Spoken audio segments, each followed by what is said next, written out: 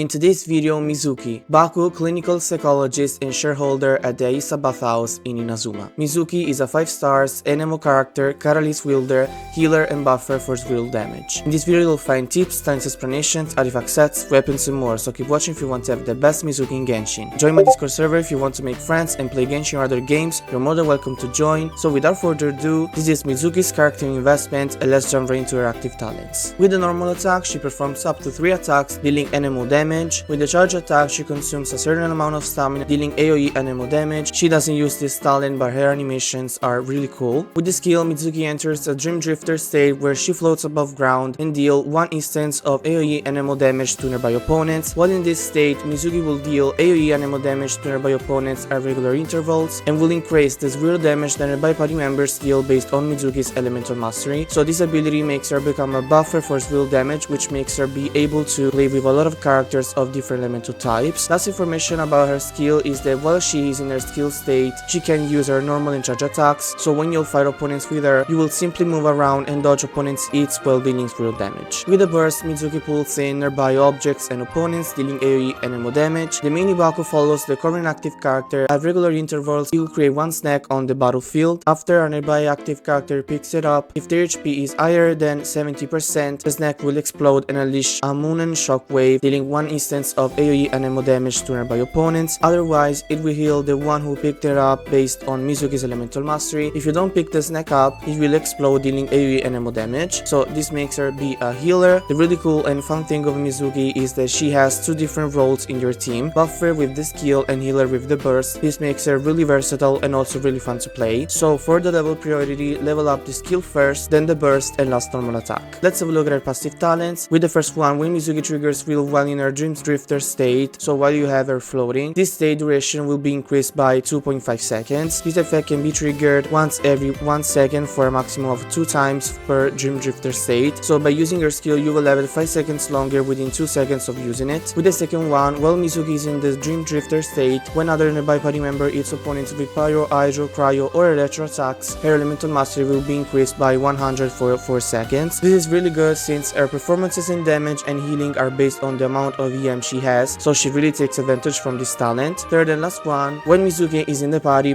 members have a chance to recover 30% additional HP when using healing foods. The trigger chance for this effect increases with the corresponding character's friendship level. This is a really unique talent and really cute if you don't have her burst ready. Of course, this works everywhere except for the Abyss and the Theater. So with that being said, is it or was it worth it to pull for Mizuki even though we know she's going to be a standard banner character? I think she's really versatile and fun to play. Her kit is really synergic. You can heal and buff your team performances in damage, and she can also wear or wield artifacts and weapons that can increase her buffs and performances. So she's not a must-have, but at the same time a quite strong unit for your account. So let's have a look at her artifacts options, but before that I remind you that Mizuki as a standard banner character will be in the event we had at the beginning of Nantrand's arc, so you'll be able to get her in the future without pulling for her. Of course, you can also obtain her by losing a 50-50 from 5.5, but this is taken for granted. So for artifacts options, for 2P she can use 2P's elemental mastery, Wanderer's Troop, Gilded Dreams and Flower of Paradise Lost,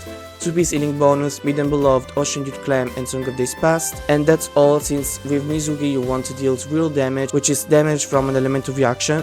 Mizuki is not the type of character that deals personal damage but instead a driver, so the damage your team deals is the damage you deal with real reactions. So for 4Ps she can use Iridescent Venerer, which increases her real damage, so perfect for her, and also decreases opponent's elemental resistance to the element in this reel, so really good for other characters in the team. Gilded Dreams, which will increase her elemental mastery since you're supposed to use Mizuki with characters of a different elemental type than her, so this set would give her 150 elemental mastery, which is really good for Mizuki. Maiden Beloved, which increases her healing performances. Ocean Youth Clam, which will spawn a Sea-Dyed Foam, which will record the amount of healing provided and based on that will deal AoE physical damage to opponents. And last, Song of Days Past, which will grant a buff and damage to party members based on the healing provided by Mizuki within 6 seconds after healing someone in the team. The rank of her best 4-piece set is Ocean in 3rd place, Gilded in 2nd place, and Iridescent in 1st place. Main stats are EM on the Sand, EM on the Goblet, and EM or healing bonus on the Circlet. She will deal only real damage damage, which is not based on her crit ratio but on the EM value she has. Try to reach 1000 of EM to have 450% of real damage buff. Substats are Energy Charge, Elemental Mastery, and the rest is free. Before we uncover her weapons options, the majority of the viewers are not subscribed, so subscribe to the channel if you like this kind of content and make sure to activate the notifications to not miss out any future gadgets with favorite characters. Let's have a look at her weapons options now. First option is Sunny Morning Slip In, which at rank 1 gives her a total of 513 of Elemental Mastery with the substat and effect. This makes the build way easier for her and makes you reach 1000 of EM with no struggles. If you have this weapon on her, you can give Mizuki a goblet in anemo damage. For her, it's important to have a lot of EM since based on the value she has, she buffs real damage. So in her case, Elemental Mastery buffs real damage more than a goblet in anemo damage would do. But with this weapon, you have a lot of Elemental Mastery, so you can give her anemo damage to improve even more real damage. Second option is 1000 Floating Dreams, which gives her a lot of EM.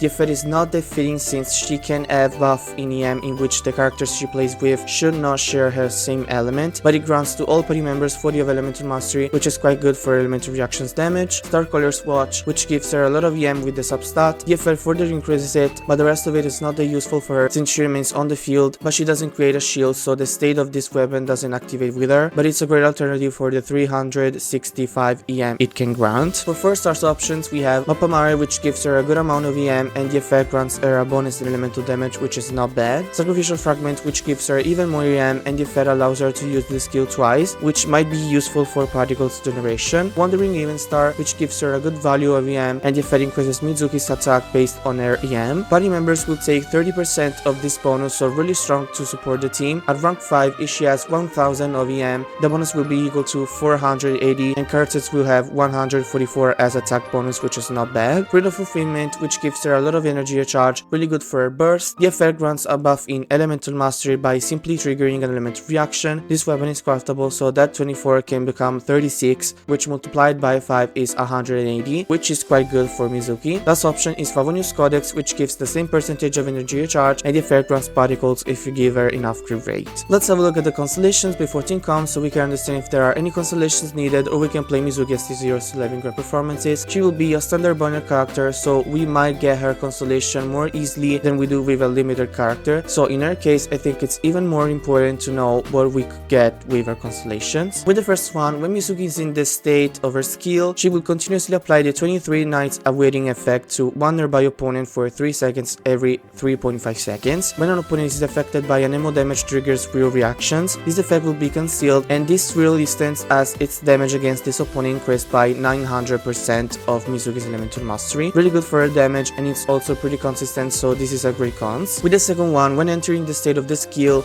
every Elemental Mastery point Mizuki has will increase all nearby party members Pyro, Hydro, Cryo, and Electro damage bonuses by 0.04% until the Dream Drifter state ends. So now she is basically Kazuha, since she can wear the Vividescent, and with this constellation you gain elemental damage bonus for all characters in the team. If you have 1000 of Elemental Mastery, she will grant 40% elemental damage bonus, which might be even stronger than Kazuha since Mizuki's buff counts for all elements. Of course, Kazuha remains as strong as he is and always been, since Kazuha can support the main DPS while Mizuki can't, and also Kazuha does it as C0, so don't worry for him. The third increases the level of the skill by 3, pretty good. With the fourth constellation, picking up a snack from the Elemental Burst will both deal damage and heal, and restore 5 energy to Mizuki. Energy can be restored this way 4 times per burst duration. Really good since now your characters will be healed by her up to 100% of their HP and no longer to 70%, so really good. The fifth increases the level of the burst by 3, and with the last one, while Mizuki is in the Dream Drifter state, real damage dealt by nearby party members can crit, with crit rate fixed at 30% and crit damage fixed at 100%. So she has pretty good constellations, and I personally won't be disappointed when losing 50-50s with her. I can't wait to get her C2 specifically. Now for team comps, she's quite versatile, but at the same time quite limited from the fact that she has to be on field to buff damage, and also she can use normal attack and charge attack while she is in her state. So this prevents us from using her with supports like Xingqiu and Yellen, since their burst activates when the active characters use their normal attack. When you play Mizuki in teams, you have to look for 2 types of characters. Characters that can apply their elemental field like Baiju, Citalali, Ganyu Weaver Burst, Mona, Sejuin, Kokomi, Leila, and etc. And characters that not only apply their elemental field but also deal great damage. like Yaimiko, Furina, Xialing, Emily, Auroron, and others. So considering these informations, let's build teams with her. First option is an Electrocharge team with Yaimiko, Auroron, Mizuki, and Furina. In this case, you have all 3 characters with Mizuki that can apply their element being of field. Yaimiko deals damage, Auroron attracts opponents and increases electro and hydro elemental damage, Furina deals hydro damage and buffs, and Mizuki heals and increases real damage. Second option is a Vape and Melt team with Citlali, Xialing, Mizuki, and Furina. In this case, you have Citlali increasing elemental damage and reducing opponents' resistance to hydro and pyro, so perfect for Xialing and Furina. Xialing deals damage with her burst, and Furina does the same things as the previous team. You can replace Citlali with Kaya, Layla, or Rosaria. Last option is an Aggravate team with Nahira, Kuki, Mizuki, and Fischl. In this case, energy charge is on point, Nahira applies Dendro and buffs in EM, Fischl applies Electro and generates particles, while Kuki applies Electro and heals. Lastly, Mizuki increases general damage. As always, these were just examples. You can use Mizuki in Burning or Burgeon team, you can go with Emily in this case, but also in freeze teams or reload teams and others, so have fun with her. And that's all you needed to know about our psychologist Mizuki. I hope this video came useful to you. Don't forget to leave a comment on what you think of this incredible character. I remind you to subscribe to the channel and also to my TikTok and Instagram accounts, to join my Discord server if you want to participate in the next videos, and we'll see you in the next one. Bye!